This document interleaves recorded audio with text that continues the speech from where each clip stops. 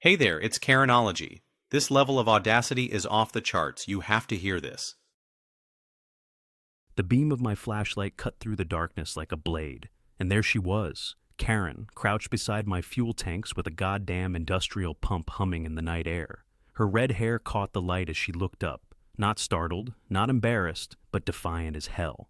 "What the hell do you think you're doing, old man?" she barked, her voice cutting through the silence like fingernails on a chalkboard. Behind her, some lanky teenager, probably her son, was feeding a thick hose into my premium gasoline tank, the kind I paid $15 a gallon for just last week. I raised the Winchester slightly, not pointing it at anyone, but making sure they could see it in the moonlight. "Get off my property, now." The words came out steady, but inside, my heart was hammering like a construction crew at dawn. 30 years I'd lived on this ranch, 30 years of quiet mornings and peaceful evenings, and now this woman was treating my place like her personal gas station. Karen stood up slowly, wiping her hands on a pair of designer jeans that probably cost more than my monthly grocery bill. She was maybe 45, with the kind of confidence that comes from never being told no in her entire privileged life. "Your property?" She laughed, actually laughed, and pulled out a folded paper from her back pocket. "I got news for you, Frank. This here's a municipal permit for dog walking activities. This land's been designated for community recreational use since 1987. The paper looked official enough in the darkness, with what appeared to be stamps and signatures, but something about it felt wrong, like when you bite into an apple and realize it's been sitting in the sun too long. "That's complete garbage, and you know it," I said, but she was already signaling to the kid, who began coiling up the hose with practiced efficiency. "Tommy, load up the equipment," she called out, and I realized this wasn't some spur-of-the-moment theft. They had jerry cans, a portable pump, even a small generator. This was organized, planned, professional. "We'll be back tomorrow, Frank. Might want to check with the city about those property lines of yours." As their pickup truck disappeared into the darkness, leaving me standing there like a fool with my flashlight and my gun, I felt something I hadn't experienced since Sarah died 2 years ago. Complete, helpless rage. Not the hot kind that makes you do stupid things, but the cold, calculating fury that settles in your bones and starts planning. I spent the rest of that night on my porch, Winchester across my knees, waiting for them to come back. But they didn't. Smart. They knew I'd be watching now, knew I'd be ready. The smart thing would have been to call the sheriff, file a report, go through proper channels. But something told me this Karen woman had been down that road before, had all her legal ducks in a row and all her lies polished to a shine. The next morning brought more surprises. I was feeding the chickens when Sheriff Bob Hartley's patrol car came crunching up my gravel driveway. Bob and I went way back. He'd been to Sarah's funeral, helped me fix the fence after the storm last spring. Good man, or so I thought. "Morning, Frank," Bob said, heaving his considerable bulk out of the driver's seat.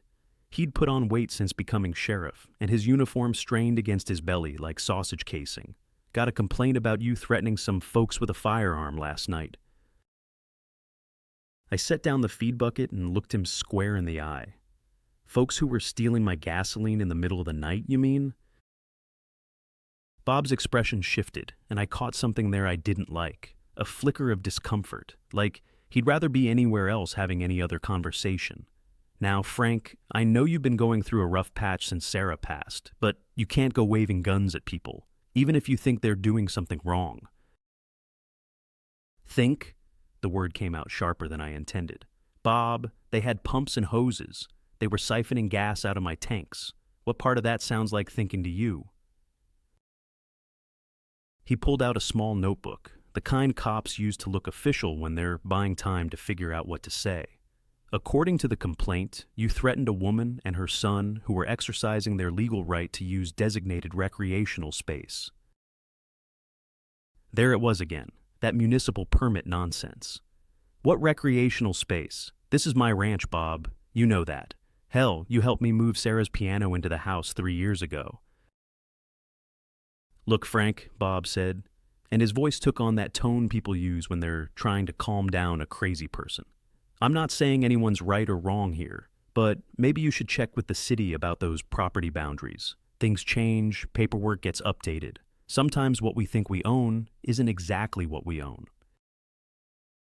After he left, I stood in my driveway for a long time, staring at the dust cloud his car had kicked up. Bob Hartley, who'd eaten Sarah's apple pie at church socials for 20 years, was taking the word of some stranger over mine. That's when I knew this wasn't just about stolen gasoline anymore.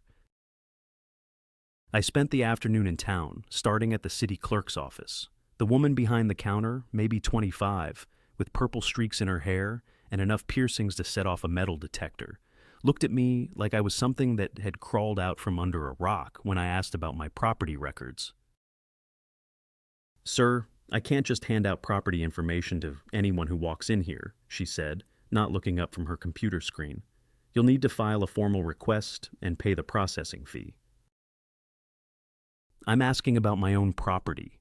I've got ID. I can prove I live there." "That's not how it works."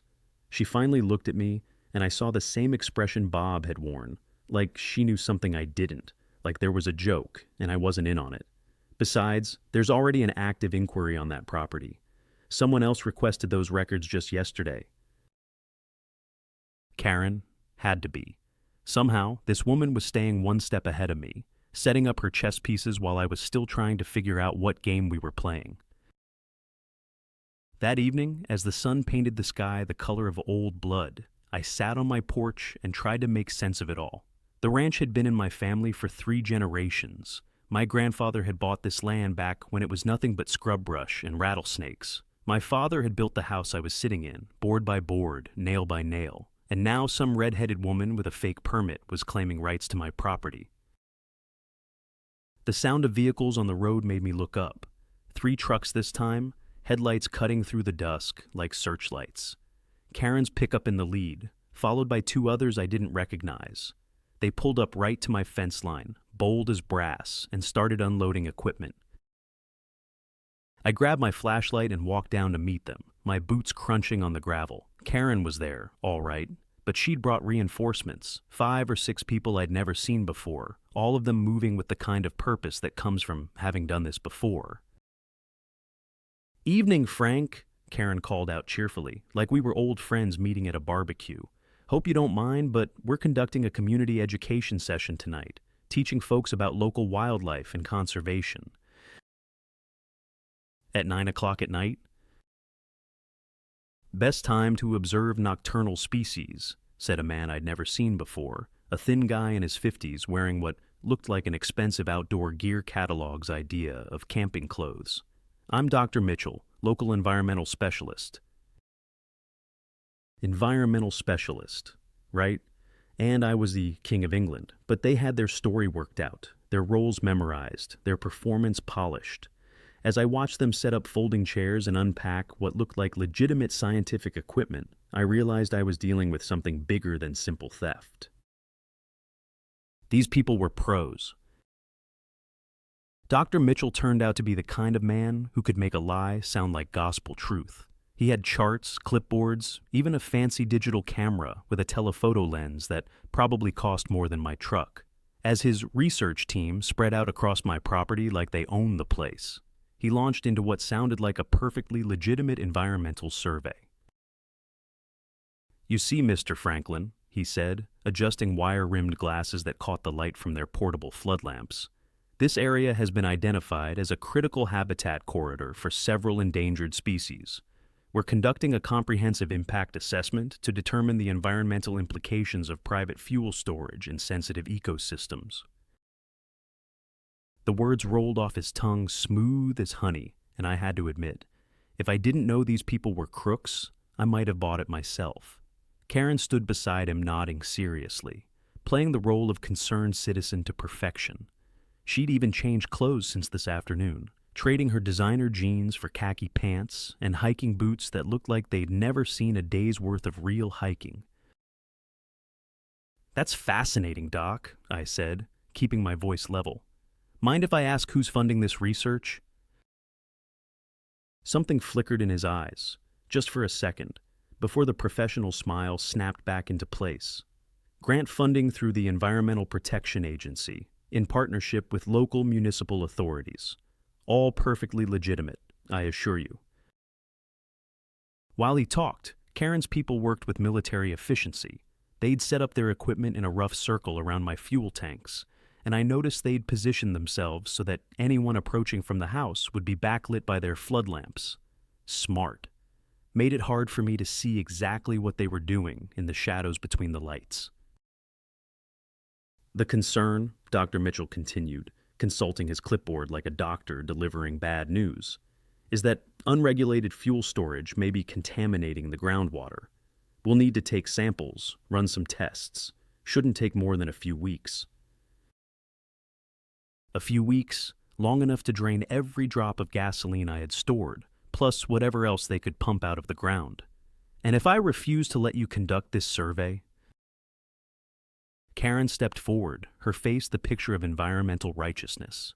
Then we'll have no choice but to report potential ecological violations to the appropriate federal agencies. Trust me, Frank, you don't want the EPA crawling all over your property with hazmat suits and court orders. There it was, the threat wrapped in environmental concern, the blade hidden inside the bouquet. I'd dealt with enough government bureaucracy in my day to know that once federal agencies got involved, a man could spend his life savings on lawyers and still lose everything he owned. Tell you what, I said, reaching for my wallet. Let me see those EPA credentials of yours, Doc. Just want to make sure everything's on the up and up. The request hit him like a slap in the face. His smile faltered, and he glanced at Karen with the quick, nervous look of a man who just realized he was in over his head. Well, I don't carry my credentials with me in the field.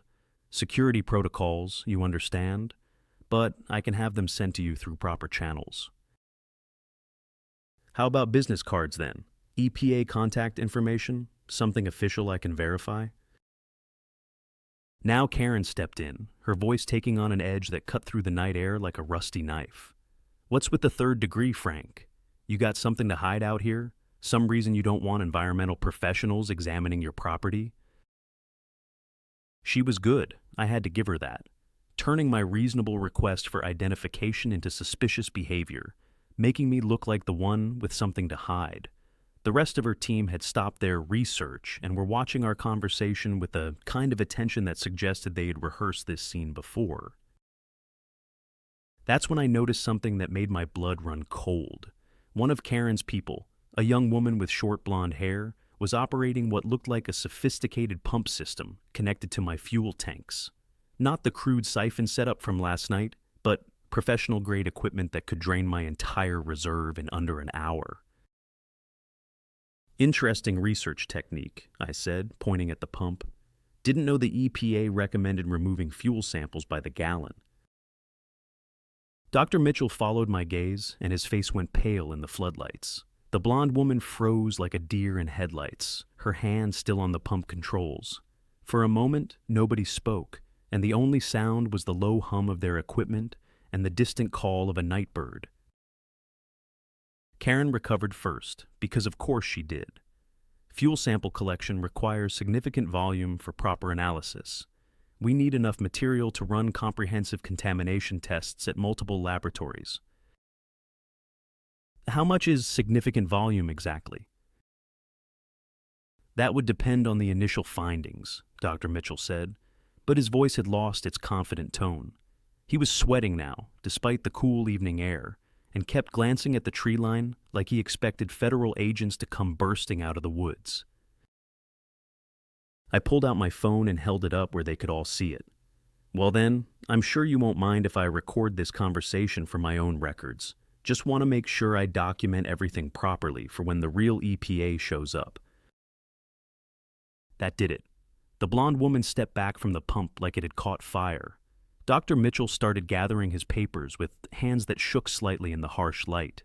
Even Karen's composure cracked, and I caught a glimpse of the calculating predator beneath the environmental activist mask. You know what, Frank? Karen said, her voice dropping the pretense of friendly concern.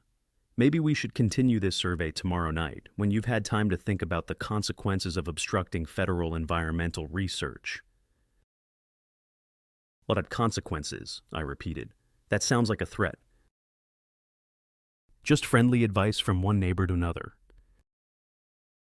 As they packed up their equipment, I made sure to get clear video of their faces, their vehicles, their license plates. Karen noticed, and her smile turned cold as winter wind. Technology's wonderful, isn't it, Frank? Amazing how fast information can spread these days. Amazing how quickly a person's reputation can change when people start asking the right questions. After they left, I sat on my porch until dawn, turning that conversation over in my mind like a puzzle with missing pieces. These people weren't just stealing gasoline, they were running some kind of elaborate long-term con. The question was, why my property specifically? What made my little ranch worth this much trouble? The answer came with the morning mail. Hidden between bills and junk advertisements was an official-looking envelope from something called the Regional Development Authority. Inside was a letter informing me that my property had been preliminarily designated for environmental impact assessment as part of a larger municipal improvement initiative. The letter was signed by someone named Patricia Hendricks, regional administrator, and it referenced surveys, soil tests, and potential acquisition proceedings in language so thick with bureaucratic jargon I needed to read it 3 times to understand what it was really saying. They were trying to take my land. Not through simple theft or intimidation, but through a carefully orchestrated campaign designed to make me look like an environmental criminal, a public menace, someone whose property needed to be seized for the greater good. Karen wasn't just some opportunistic thief. She was the point person for a land grab that probably involved more money and more people than I'd ever imagined. I thought about calling my nephew Jerry, the one who'd become a lawyer up in the state capitol, but the letter had a deadline, 30 days to respond with appropriate remediation measures or face escalated intervention procedures. 30 days wasn't enough time for lawyers and courtrooms and proper legal channels. 30 days meant I had to fight dirty. That afternoon, I drove into town with a purpose I hadn't felt since Sarah's funeral. First stop was the library, where I spent 3 hours researching property law, environmental regulations, and something called eminent domain abuse. The librarian, a sweet old lady named Mrs. Peterson, who'd known my family for 40 years, helped me print out dozens of pages of information. "Trouble with the government, Frank?" she asked quietly as the printer churned out another stack of legal documents. "Something like that." She leaned closer, her voice dropping to a whisper. "My Herald dealt with something similar back in '98. County tried to condemn our back 40 for a shopping mall. Took us 2 years and our life savings, but we fought them off. The trick is, you gotta know their game better than they do." By evening, I had a plan. Not a good plan, maybe not even a legal plan, but a plan that might level the playing field. Because if Karen and her environmental specialists wanted to play games with fake credentials and manufactured crises, I was about to show them what a real crisis looked like. I was going underground. Going underground meant more than just research. It meant literally going underground. That night, armed with my grandfather's old mining maps and a headlamp I hadn't used since my army days, I descended into the abandoned mine shaft that ran beneath my property. Most folks had forgotten about the old copper mine that closed back in the 1960s, but my family remembered. We'd always known it was there, sealed up and forgotten, running like a concrete artery beneath half the county. The tunnel was exactly where the maps said it would be, hidden behind a rusted metal door in my basement that I'd always assumed led to an old root cellar. The air down there was stale and cold, carrying the metallic scent of old machinery and decades of abandonment, but it was stable, and more importantly, it was mine. What I found down there changed everything. Karen and her crew hadn't just been stealing my gasoline, they'd been using my property as a cover for something much bigger. The tunnel system connected to the old municipal fuel depot 3 miles away, and someone had been systematically tapping into the city's emergency reserves. Professional pumping equipment lined the walls, along with storage tanks that could hold thousands of gallons. This wasn't small-time theft. This was industrial-scale fuel smuggling. But that wasn't the best part. The best part was the paperwork I found scattered around their underground operation. Real documents this time, not the fake permits and phony credentials they'd been waving around upstairs. Shipping manifests, bank transfers, correspondence with buyers in 3 different states. Karen's environmental research was actually a front for a multi-million-dollar fuel theft ring. I spent 2 hours photographing everything with my phone, making sure to capture serial numbers on equipment, names on documents, bank account numbers on transfer receipts. Then I did something that would either save my ranch or land me in federal prison. I started dismantling their operation. Not destroying it, mind you. That would have been criminal, but every pump has an emergency shutoff valve, and every electrical system has a main breaker. By the time I climbed back up to my basement, Karen's underground empire had gone completely dark. The next evening, right on schedule, Karen's convoy returned. 3 trucks this time, plus a van with Regional Environmental Services painted on the side in official-looking letters. I watched from my kitchen window as they unloaded even more equipment, including what looked like genuine soil testing gear. They were committed to their performance. I had to give them that. Dr. Mitchell approached my front door with the confidence of a man who thought he held all the cards. Behind him, Karen supervised her team with the efficiency of a military commander. They had no idea their entire underground operation was currently sitting dead in the dark, waiting for someone to notice. "Evening, Mr. Franklin," Dr. Mitchell said when I opened the door. "We're ready to begin the comprehensive environmental assessment we discussed. I trust you've had time to reconsider your position on cooperating with federal environmental protocols." "Actually, Doc, I've been doing some research of my own." I stepped out onto the porch, closing the door behind me. "Funny thing about EPA procedures, I called their regional office this afternoon, and they've never heard of you." His smile didn't waver, but I caught the slight tightening around his eyes. "Well, we operate through several different departmental liaisons. Sometimes there's confusion about chain of command in large bureaucratic organizations." "Must be, because I also called the Regional Development Authority about that letter I received. According to them, no such assessment has been authorized for this property. In fact, they seemed quite concerned when I read them the letter, word for word." Now Karen stepped forward, and I could see the calculation happening behind her eyes, trying to figure out how much I knew, how much trouble they were in, whether they could still bluff their way out. "Frank, I think you're getting some bad information from people who don't understand the complexities of interagency cooperation." "Maybe, or maybe you folks aren't who you claim to be." That's when I played my ace. I pulled out my phone and started reading from my notes. For instance, Karen Hendricks, that is your real name, right? You've got quite a history with this kind of operation. 3 arrests in 2 different states for fraud, 1 conviction for theft of municipal resources, and a current warrant in Nevada for something called conspiracy to commit resource theft. The color drained from her face like someone had pulled a plug. Dr. Mitchell, whose real name, according to my research, was probably Dave Kowalski, unemployed actor from Phoenix, took a step backward toward their vehicles. "You see," I continued, "the wonderful thing about technology these days is how easy it is to verify information. Facial recognition software, criminal databases, property records. Amazing how quickly a person's real identity can be revealed when you ask the right questions." I was bluffing mostly. The facial recognition thing was pure Hollywood, and I'd found most of their information through old-fashioned Google searches and public records. But they didn't know that, and sometimes the threat of exposure is more powerful than exposure itself. "Now," I said, "here's what's going to happen. You're going to pack up all this equipment and get off my property, permanently. And in exchange, I won't share these photographs with the FBI, the EPA, or the local sheriff's department." I held up my phone, scrolling through the dozens of pictures I'd taken in the underground tunnel. Karen's eyes went wide as she recognized the layout of her operation, the equipment she thought was safely hidden. the documents she'd assumed no one would ever see. "How did you—" she started, then caught herself. "How did I find your little underground setup? Same way I found out your real identity, Karen. I did my homework."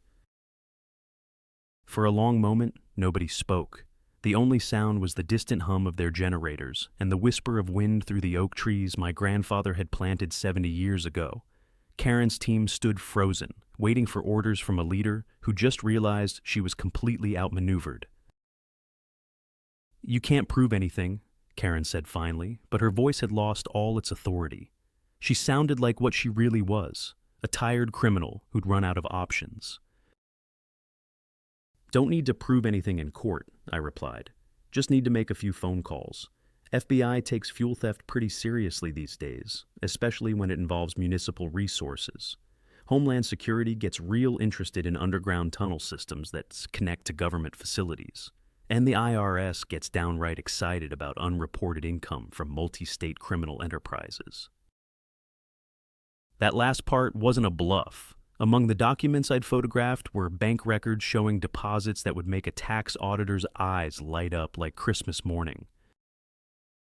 Dr. Mitchell, Dave, was already walking toward the trucks. The rest of Karen's team followed like sheep, abandoning their expensive equipment without a backward glance. But Karen herself stood her ground, staring at me with the kind of hatred that comes from being beaten at your own game by someone you'd underestimated. "This isn't over, Frank," she said quietly. "Yes, it is," I replied, "because tomorrow morning I'm filing a complaint with every agency you pretended to represent. Real agencies, with real agents who don't like being impersonated. And then I'm calling the phone numbers on those bank transfer documents, the ones that show where you've been sending the stolen fuel. Turns out some of those buyers have interesting connections to organized crime, the kind of people who don't appreciate having federal attention drawn to their operations." That got her attention. Her face went pale, and for the first time since I'd met her, Karen looked genuinely afraid. "You don't know what you're messing with." "Neither did you." As their convoy disappeared into the darkness, I sat down on my porch steps and felt something I hadn't experienced in 2 years: complete peace. Not just because the threat was over, but because I'd rediscovered something I thought I'd lost when Sarah died. I'd remembered that sometimes, when the system fails you, you have to create your own justice. The next morning, I did exactly what I'd promised: filed reports with the FBI, the EPA, the Regional Development Authority, and 3 different state agencies. Sent copies of all my photographs and documents to investigators who actually knew what they were looking at. Within a week, Karen and her entire operation were under federal investigation. But the real satisfaction came a month later, when I received a call from an FBI agent named Martinez. They had arrested Karen and 5 members of her crew in Nevada, trying to run the same scam on a ranch outside Las Vegas. The underground fuel theft ring had been operating for 3 years, stealing an estimated $2 million worth of gasoline and diesel fuel from municipalities across 4 states. "Mr. Franklin," Agent Martinez said, "your evidence was instrumental in breaking this case. Without your investigation, they might have continued operating indefinitely." After I hung up, I walked out to my fuel tanks and ran my hand along the metal surface my grandfather had installed, that my father had maintained, that I had been protecting without even knowing it. The ranch was quiet again, the way it should be. But I was different now, harder maybe, certainly more cautious, but also more confident in my ability to protect what mattered. That evening, as the sun painted the sky the color of old copper, I opened a beer and sat on my porch to watch the sunset. For the first time since Sarah's funeral, I felt like I was exactly where I belonged. The land was mine, the peace was real, and anyone who wanted to take either one would discover what my grandfather had known, what my father had understood, and what I'd just learned the hard way. Some things are worth fighting for, and some fights are worth winning, no matter what it costs you. The beer was cold, the evening was perfect, and justice had finally come home to roost.